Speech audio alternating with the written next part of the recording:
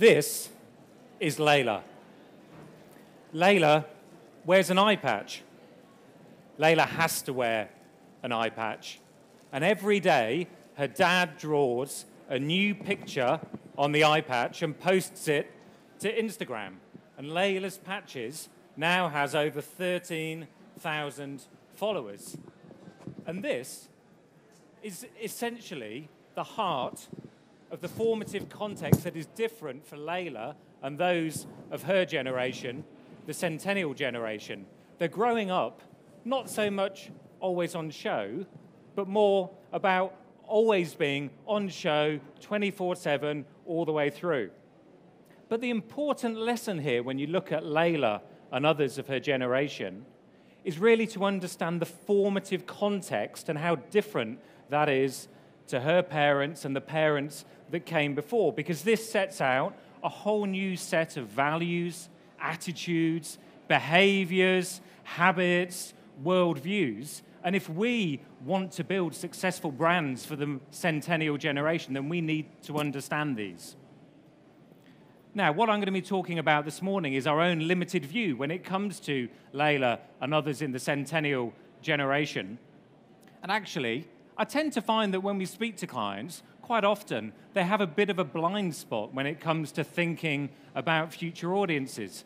And I'm sure most of you have been in this situation where you're in that annual strategy meeting or a boardroom session and somebody goes, you know what, we've been looking at the data and we're losing saliency with our younger consumers. What do we know about youth? And then somebody in the room goes, well, you know what, fantastic. I downloaded a free millennial report yesterday. Brilliant, we've solved the problem. It's good, but it's nowhere near enough. Many millennials are already in their 30s, with family, a seat at the board. The time is now to start looking at who's coming behind the millennial generation, the centennials, because they're already disrupting the present and they will disrupt the future of every single brand and business in this room. Good morning. My name's Henry from Kantar Futures. It's lovely to be with you here this morning. If I'm slightly distracted, I have a screen flicking off and off in front of me at the moment, so it's rather catching the eye.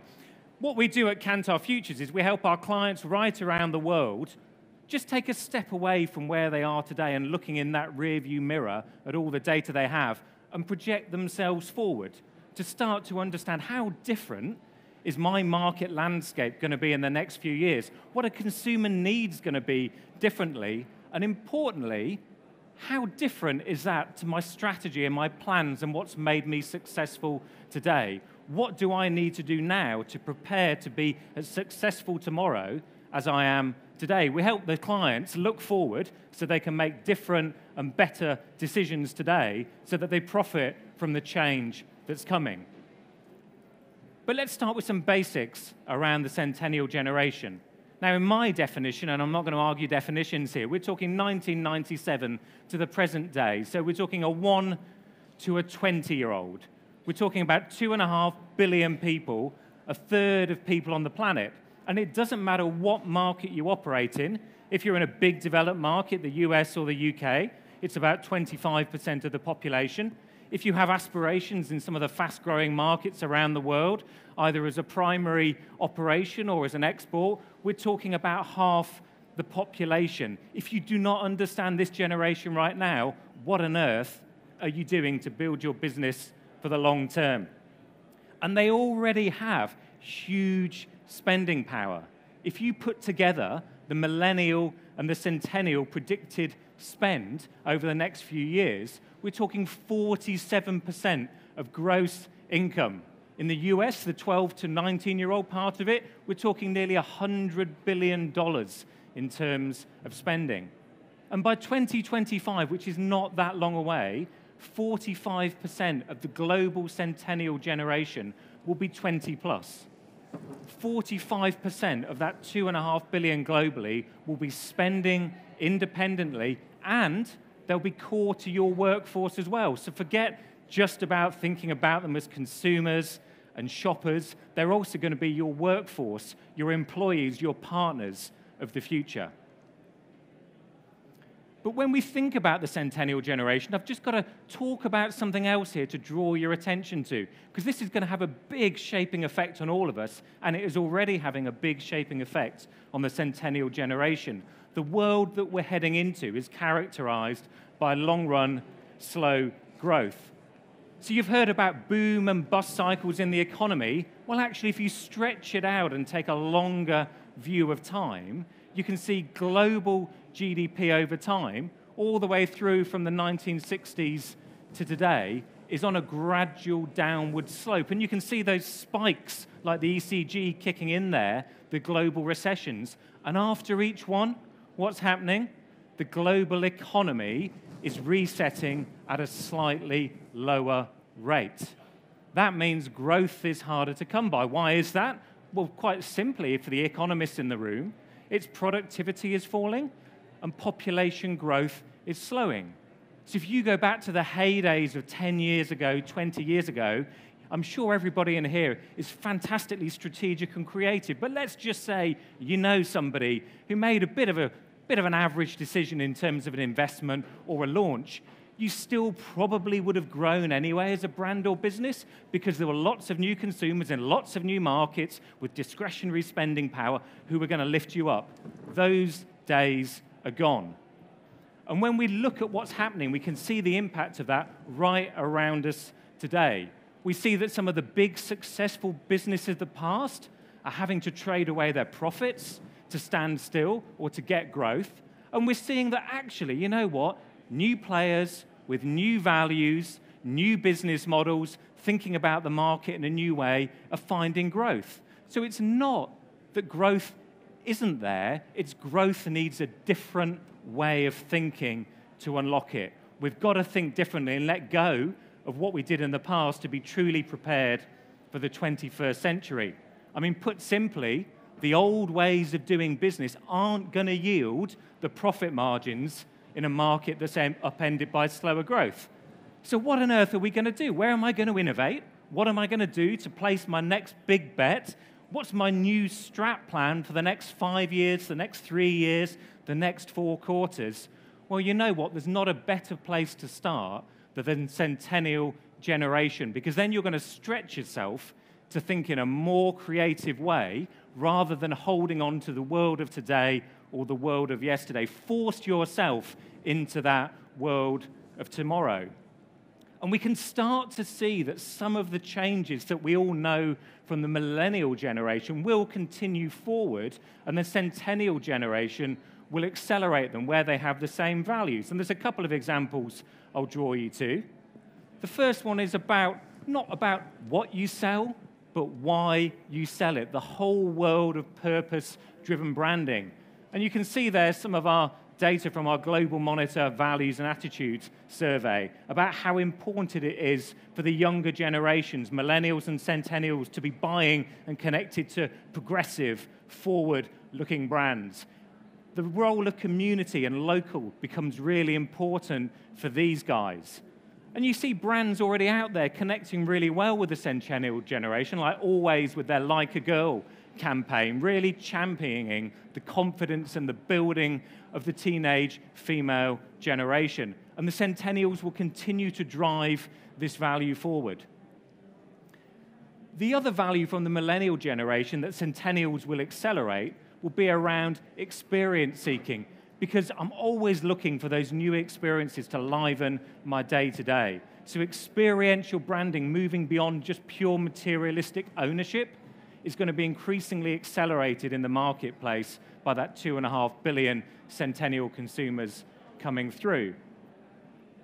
But that does not mean that centennials are the same as millennials. They have significant differences. To give you an example, the older millennials on the planet remember life before the internet. We spoke to one of our streetscapers, these are our trend spotters around the world, about various things, and you'll see a few popping up. And we spoke to one of them about life before the internet. You know what? I just don't even understand what that question means. The internet used not to exist. I didn't know. I mean, seriously, what are you going on about? The formative context for the centennials is fundamentally different to what's come before. There's also other things that are important. They're more stressed as a generation.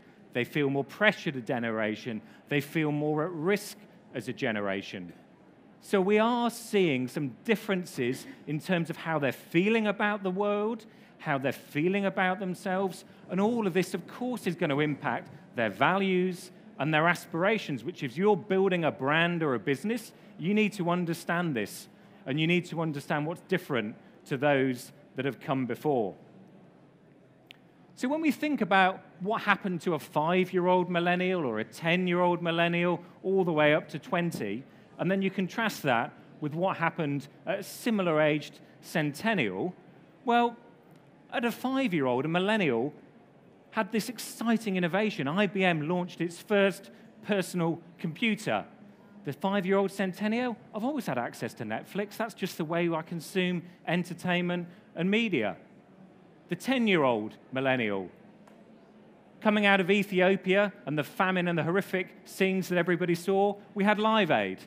Actually, it's not about that famine anymore. It's about the impending doom of climate change. That's a massively different thing for me to incorporate into my life, and is going to shape my view.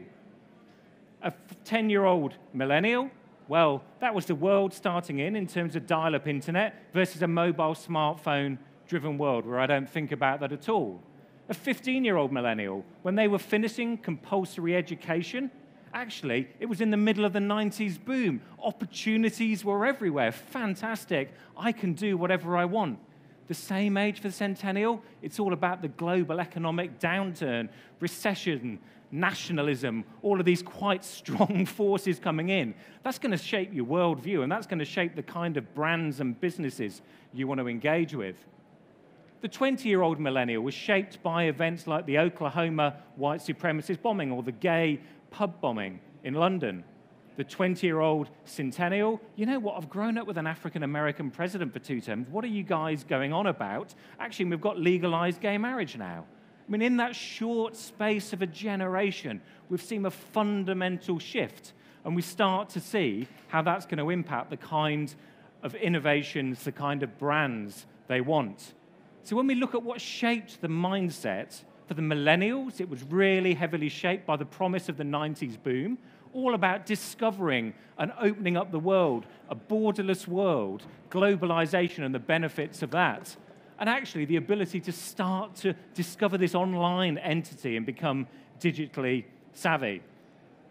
When we think of the comparative events in the centennial generation, it's about the VUCA world, volatile, uncertain, complex, ambiguous, a massive proliferation of diversity. And actually, compared to previous generations, the only time I really talk as a centennial about diversity is when it's not there. I notice its absence rather than thinking about it in the way that elder consumers do. And you know what? I have this fantastic digitally always-on life that I live. I'm always connected. But there's a pressure that comes with that, and I'm sure you've heard lots about that. And what we start to see is, even though they do share some things in common with the millennials, the purpose-driven, the experience-seeking desire, there are 3 core values that shape the centennial mindset. The first is about realism. I've got a very different set of expectations for what I think my life is going to be like and how I think the world is going to treat me. I don't have some of the idealism that maybe the millennial generation has had. I know I'm going to be the first generation that's going to be worse off than the previous generation. I've got to make different choices. I've got to be pretty realistic about my life and the way the world works. I've also got to be resilient. I'm not going to be expecting this to come to me on a plate. Hard work and grit are going to be the key to success. If I want something, I can get it, but I'm going to have to put those hard hours and effort in to create it, because that's the way I'll be successful in today's world. And also openness. I've got permission to be myself, and I'm going to give others I know permission to be themselves. I think about gender, race, lots of different issues. It may be a less defined way than previous generations. Openness is my start point rather than trying to find a way to get there. So the centennial generation is a cohort of consumers raised in a recession with access to everything, which makes them careful and informed shoppers, informed consumers. And they are going to shape your future. So there you go. Within about 15 minutes, we have done it. I think I can finish early now because we've talked about how they're different. I've given you some numbers, tell you how many they are on a planet and where they are. We've talked about some values. That's it. Surely that is job done. And that's where most people will leave you. But it is nowhere near enough. You cannot build a successful business for the centennial generation by taking what you do today and tweaking it to try and align with some emerging mindsets. You've got to use it to challenge your whole business model. You've got to use it combined with other things out there to go, what do I do differently now to rebuild my business for the 21st century, for the centennial generation? I don't want to be one of those multinationals that's dropping my profits on one of those earlier points that we made. I want to be one of those smaller local businesses or some other version of that that's finding a way to generate profitable growth with this new generation. And the way to do that is to think about the future in a more holistic way, is to think about the future in a more creative way, and to think about the future and let go of some of the assumptions that we all have in the room, some of the assumptions that you have about how your category works, about how your consumers work. You need to look at some of those values, those mindset shifts we've talked about, which is fantastic, but also look at the impact of changing technology, socio-demographics, macroeconomics, politics, regulation, and pull them all together and create some dynamics of the future. Because when you do that, you'll get to a much richer place to go, I can create a clear path to do something new, to do something different, to do something far more creative for this generation than I would have done otherwise. So let's do a bit of that now. Let's do a bit of futures thinking, and let's do a bit of what if, and see where we get to. So we'll start with a what if, look at some of the evidence around. So in the centennial generation, I don't trust business or government. I'm pretty clear on that. But I do trust peers with the most followers. I don't trust brands. I trust my peers with the most followers. Okay, I can see that happening for the centennial generation. And honestly, I have no idea why people are obsessing about experts. What is wrong with being influenced by an algorithm? I know it's shaping my worldview, and it's a bit of a filter bubble thing going on, but frankly, it makes my life easier in categories I don't massively care about. So just get over it, guys. I'm quite comfortable with that.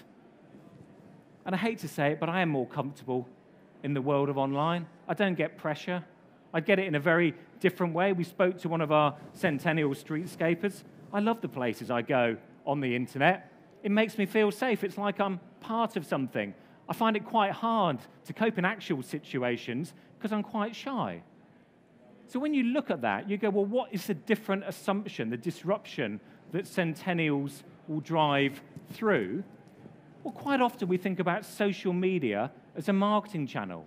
For the centennial disruption, thinking about those different influences coming through, social communities will become more of a business model. So it's not just the thing you put finally on your media laydown and you feel that we're doing a good job here. And there's examples of brands already doing this successfully today. So Feed or Bank is a great example. It's all about peer-to-peer advice on lending, investment. You access via Facebook Connect, and users are rewarded for time spent within the community helping other people out. giffgaff has similar models. You've got ASOS, Access, all areas. You've got brands already thinking about social as a business model, the way that I'm going to create my business from scratch rather than as an add-on to what I'm doing.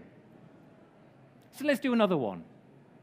What if, and we know this is true already, what if your communication has always been more visual than verbal?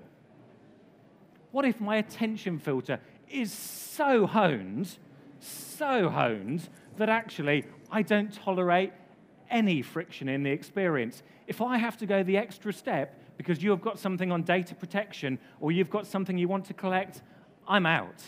I just want the most seamless, frictionless experience that I can get. And actually, I expect everything to be seamless between platforms and apps. I mean, how did you find things before? And things you wanted to see, what on earth did you do? And don't get me started on retail or store brand loyalty programs.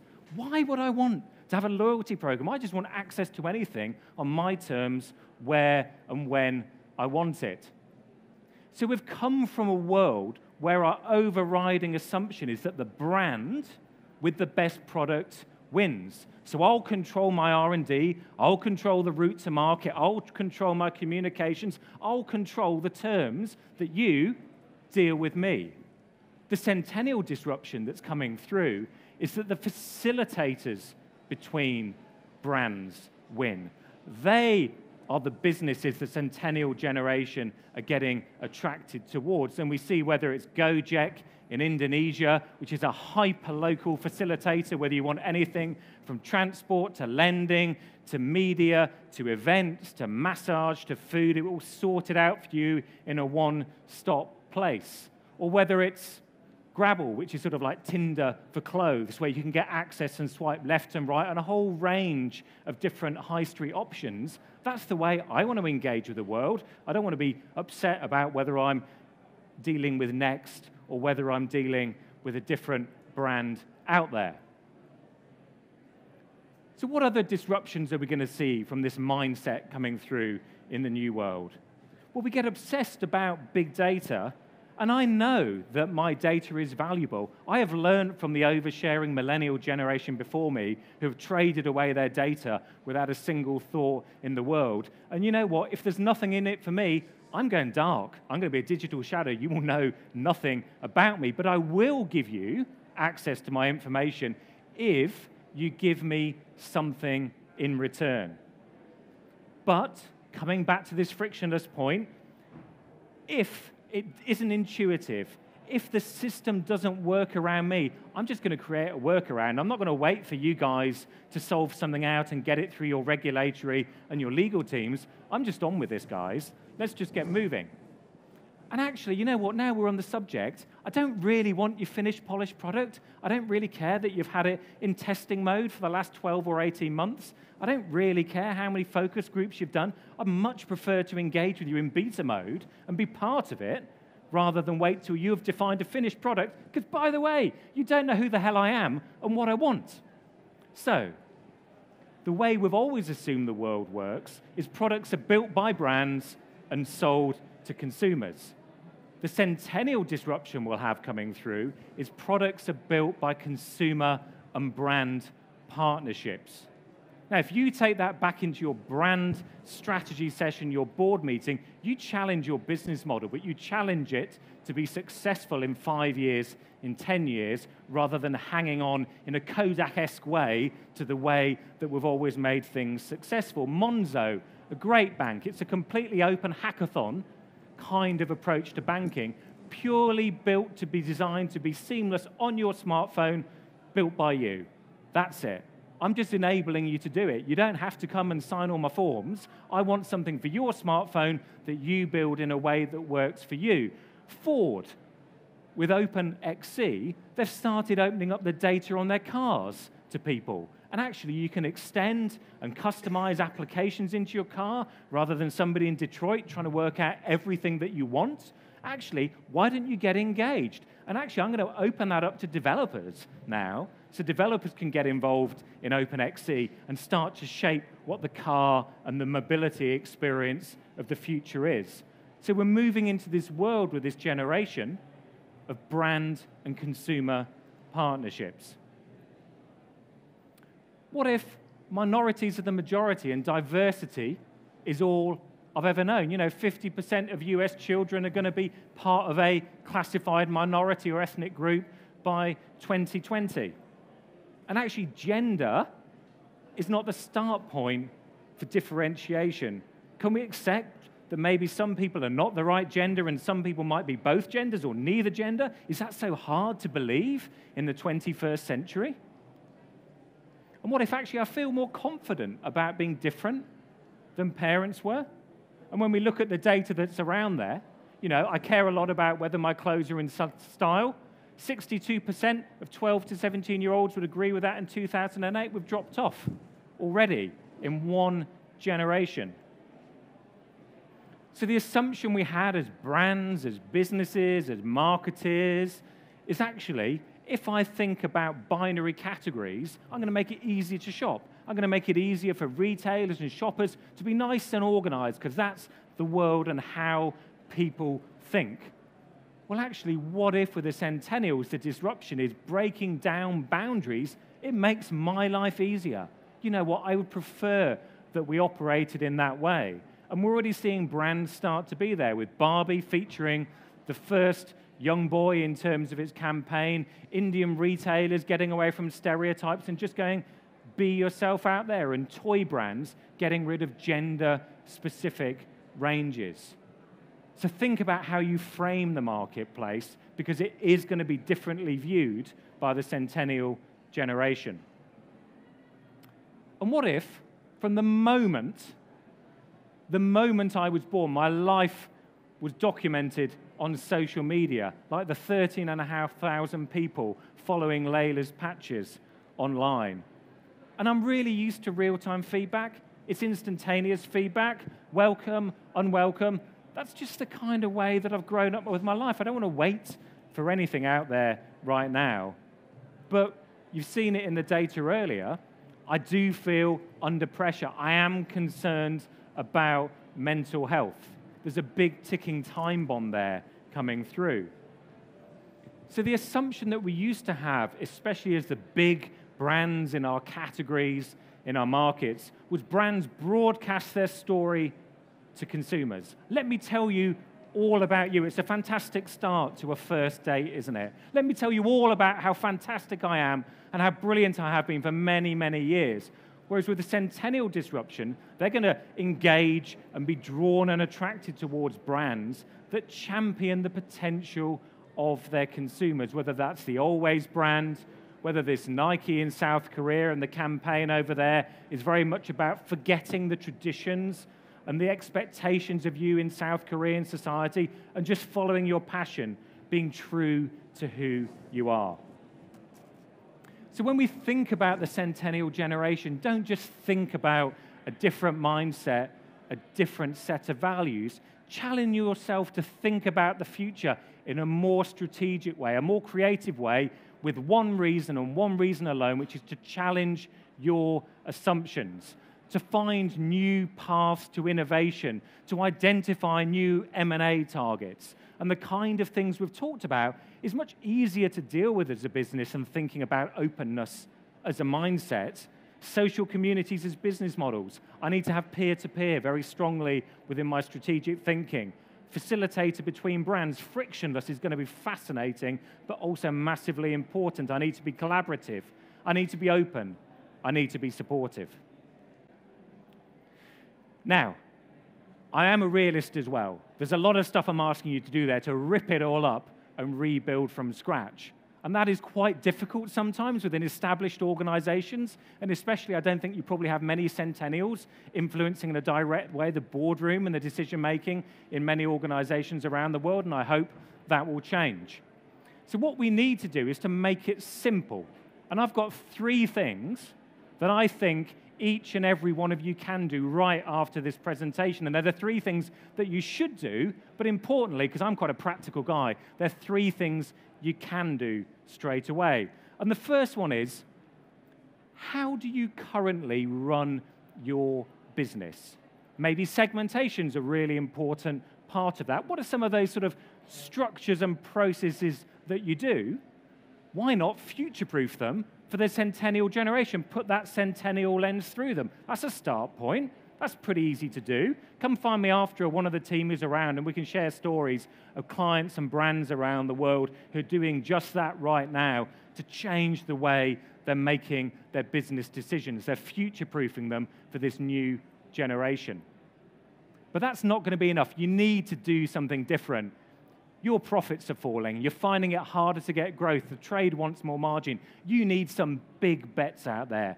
You need to play something. You want to make sure that you're the disruptor in your category, not the disrupted. So you need a playbook. it's quite a simple thing to do when we think about the centennial generation. Some of the assumptions, ones that are going to be more relevant for your business out there. Create yourself a future playbook. And then the third and the final thing is you need to get closer to this generation now, the centennial generation. But actually, it's not good enough just to be with them now. You need to be looking at the start points we can see today and think about the trajectory that they're going on when they're going to be 20, 25, so you can go with them on their journey rather than get left behind. So there is no doubt that the centennial generation are already disrupting the present, and there is no doubt that they're already disrupting the future for every brand and business in the room. So the only question remains, what are you going to do now to be better prepared for centennials? What are you going to do to be part of Layla's world? And what are you going to do with your brand, your business, and your career as well to make sure that you are going to be the success story of the centennial generation? Thank you very much.